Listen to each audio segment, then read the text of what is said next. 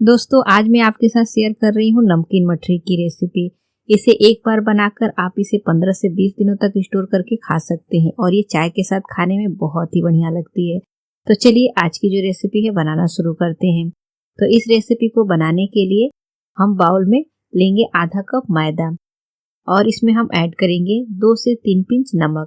छोटी चौथाई से भी कम हमें नमक ऐड करना है, बहुत ज़्यादा नमक नहीं ऐड करना है। 1 बड़े चम्मच इसमें हम मेल्ट किया हुआ घी ऐड करेंगे और फिर इसे अच्छे से मसलते हुए मैदे के साथ मिक्स कर लेंगे। घी ऐड करने से ना मठरी जो है एकदम बढ़िया खस्ता बनकर तैयार होती है। अगर आप चाहें तो यहाँ पे ऑयल भी ऐड कर सकते हैं और बढ़िया से मसलते हुए मिक्स करना है कि घी जो है ना मैदे में अच्छी तरह से मिक्स हो जाए। तो देखिए अब ये बढ़िया से मिक्स हो गया है। अब हम इसमें पानी ऐड करेंगे और इसका हम डो लगाकर तैयार करेंगे। तो सेमी सॉफ्ट हमें डो लगाकर तैयार करना है। अच्छे से मसलते हुए मैदे को गूंथ लेंगे। तो ये जो मैदे का डो है अब रेडी हो गया है और हमने थोड़ा सॉफ्ट ही डो लगाया है, एकदम सख्त नहीं लगाना है। अब हम इसे इसी तरह से साइड में रखेंगे और एक दूसरा बाउल लेंगे और इसमें हम ऐड करेंगे आधा कप बेसन।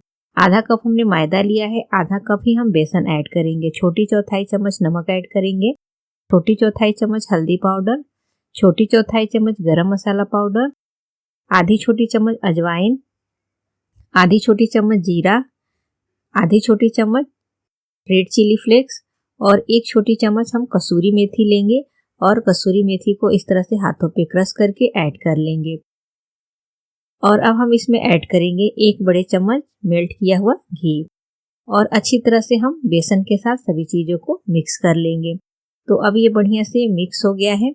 तो इसका भी हमें डो लगाकर तैयार करना है। तो इसमें हम थोड़ा सा पानी ऐड करेंगे और इसका हम डो लगाकर तैयार करेंगे। बेसन में ना हमें बहुत ज़्यादा पानी नहीं ऐड करना रहता है, नहीं तो बेसन है ना बहुत ही जल्दी गीला हो जाएगा। तो इसे भी हम अच्छे से गूंथ लेंगे। बेसन जो है थोड़ा सा हाथों में चिपचिपा सा होगा, लेकिन इसे भी हमें बढ़िया डो के जैसा ही गूंथना है, बहुत ज़्यादा गीला नहीं करना है। तो देखिए बेसन का डो भी रेडी हो गया है।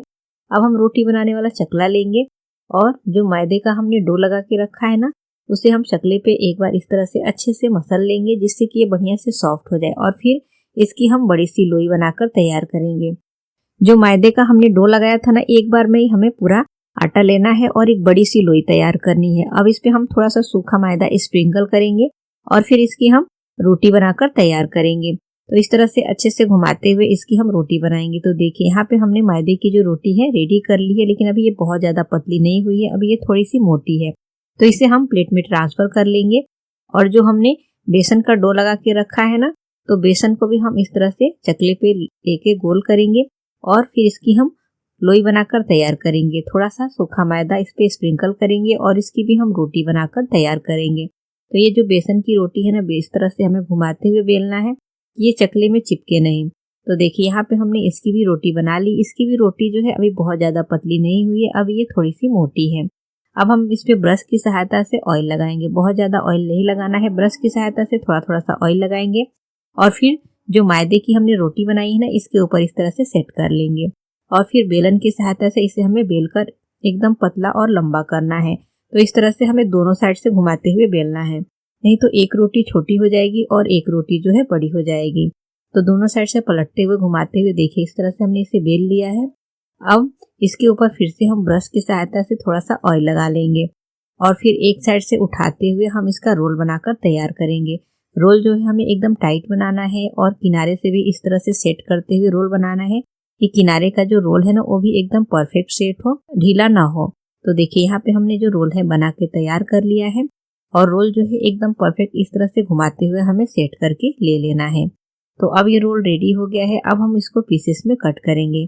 तो नाइफ की सहायता से हम इसे छोटे छोटे इस तरह से पीसेस में काट के ले लेंगे।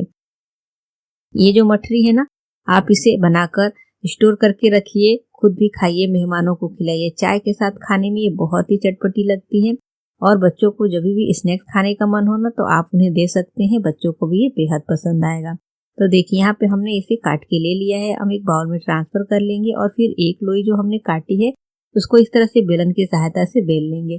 तो इसका हमें बहुत ज़्यादा बड़ा नहीं साइज करना है, पूरी से भी छोटा साइज रखना है, क्योंकि जो लोई हमने ली है ना वो बहुत छोटी छोटी सी है। तो देखिए इस तरह से हमें बेलेंगे और इसकी जो लेयर है ना एकदम परफेक्ट बनती है, देखने में ये काफ़ी बढ़िया दिखती है। तो बस इसी तरह से जितने भी हमने ये मठरी की लोइयां बनाई है ना, सबको बेल के ले लेना है। और ये जो मठरी है ना, ये चाय के साथ जब आप खाएंगे ना तो बहुत ही बढ़िया लगती है। तो यहाँ पे देखिए हमने ये सभी जो मठरी की पूरियां हैं बनाकर तैयार कर लिया है। अब इन पूरियों को हम फ्राई करेंगे, तो इसके लिए हमें ऑयल को बहुत ज़्यादा गर्म नहीं करना है। गैस का फ्लेम बिल्कुल लो रखेंगे और एकदम ऑयल जो है हल्का गर्म होना चाहिए। और हल्के गर्म से ही हम इसे पूरी को ऐड करके और फिर धीरे धीरे से फ्राई होने देंगे। जैसे ये फ्राई होने लगेगा ना, ऊपर ऑयल के ऊपर तैरने लगेगा और फिर दोनों साइड से इसे पलटते हुए एकदम बढ़िया क्रिस्पी होने तक हमें इसे फ्राई करना है।